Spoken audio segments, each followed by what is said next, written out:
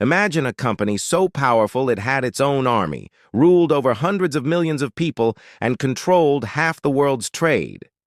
This wasn't a futuristic sci-fi corporation. This was the East India Company, and its story is more dramatic, more brutal, and more influential than you could ever imagine. How did a small group of English merchants, seeking spices and profit, end up commanding an empire? Stick with me, because this is a story that shaped the modern world. It all began on the very last day of the year 1600. Queen Elizabeth granted a royal charter to a group of investors calling themselves the Governor and Company of Merchants of London, trading into the East Indies. Their goal was simple: break the Dutch and Portuguese monopoly on the incredibly lucrative spice trade. Spices like cloves, nutmeg, and pepper were worth more than their weight in gold in Europe. The initial voyages were perilous gambles, facing storms, pirates, and rival European powers. But the potential rewards were astronomical. Their first foothold in India wasn't one of conquest, but of careful negotiation. In 1612, after a key naval victory over the Portuguese, the company's envoy, Sir Thomas Roe, managed to secure a treaty with the powerful Mughal Emperor Jahangir. This firman, or royal decree, wasn't for land. It was for permission to build factories, which were essentially fortified trading posts, in places like Surat. For the Mughals, these strange foreign traders were a minor curiosity, a source of exotic goods and silver. They had no idea they were letting a Trojan horse through the gates of their empire. For over a century, the company operated primarily as a trader. It bought Indian textiles, indigo, saltpeter, and tea, and sold them for immense profits back in Europe. These weren't just simple transactions. The company created vast networks, influencing local production and slowly weaving its economic tendrils deep into the fabric of Indian society. Its London headquarters on Leadenhall Street became the nerve center of a global commercial operation, its shareholders growing fabulously wealthy. But as the 18th century dawned, the political landscape of India began to change dramatically. The mighty Mughal Empire, which had provided stability for centuries, started to crumble. Its power weakened, and ambitious regional rulers, Nawabs and Nizams, began to assert their independence, carving out their own kingdoms. This power vacuum created chaos, but for the East India Company, chaos was a ladder. The French, through their own Compagnie des Indes, also saw this as an opportunity. Suddenly, India became a new chessboard for the old European rivalries between Britain and France. The game was no longer just about trade, it was about political influence and control.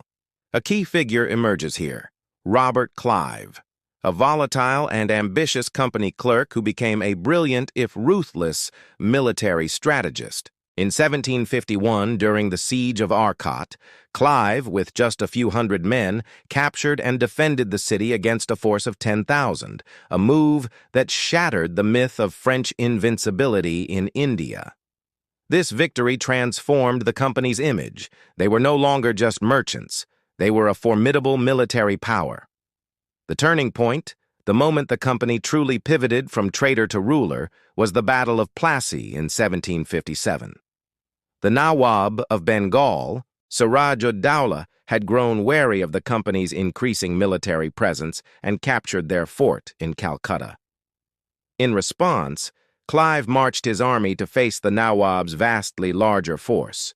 But victory wasn't won on the battlefield alone. Clive engaged in a conspiracy, bribing one of the Nawab's key commanders, Mir Jafar, promising to make him the new Nawab in exchange for his betrayal. During the battle, Mir Jafar and his forces stood idle. The Nawab's army collapsed, and he was soon captured and executed. With a puppet ruler on the throne of Bengal, the richest province in India, the East India Company was now the de facto sovereign.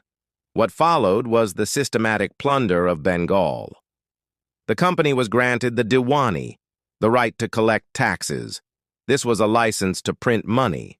Company officials, including Clive himself, engaged in rampant corruption, amassing staggering personal fortunes overnight.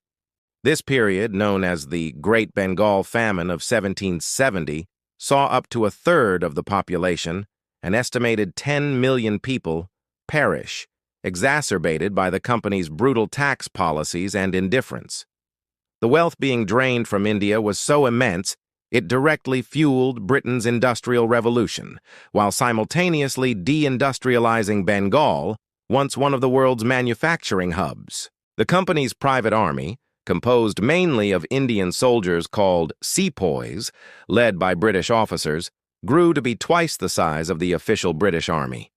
With this force, it waged relentless wars of expansion across the subcontinent for the next century, conquering territory after territory, from the Marathas in the west to the Sikhs in the Punjab. The map of India was redrawn, not by a king or queen, but by a board of directors in London, whose primary motive was shareholder profit. The company governed with an iron fist, imposing its own laws and reshaping Indian society to serve its commercial interests. But the greed and brutality eventually became too much even for the British Parliament to ignore. In 1773, the Regulating Act was passed, the first of many attempts by the British government to bring the rogue corporation under state control. It was a slow, difficult process. The company was a powerful lobby, a state within a state. The final act came in 1857. Decades of resentment over aggressive expansion, cultural insensitivity, and economic exploitation boiled over. A rumor that new rifle cartridges were greased with pig and cow fat, offensive to both Muslim and Hindu sepoys, was the spark that ignited a massive rebellion. The Indian Mutiny, or what many Indians call the First War of Independence, was a brutal, widespread conflict. Though the rebellion was ultimately crushed, it shattered the illusion of company rule. The British Crown could no longer tolerate a private company governing a vast empire. In 1858, the Government of India Act was passed. All of the East India Company's territories, assets, and armed forces were transferred to the British Crown. Queen Victoria was declared Empress of India, and the British Raj officially began. The company, the most powerful corporation in history, was stripped of its power and officially dissolved a few years later. Its legacy, however, is all around us. It created global trade routes, introduced tea to Britain, and laid the foundations of the British Empire. But it also stands as a chilling testament to the dangers of unchecked corporate power, a story of how the pursuit of profit can lead to conquest, exploitation, and the subjugation of millions. The ghost of the East India Company still haunts our modern world. Thank you so much for watching. If you found this story as fascinating as I do, please hit that like button, subscribe to the channel, and ring the bell so you don't miss our next deep dive into history. See you next time.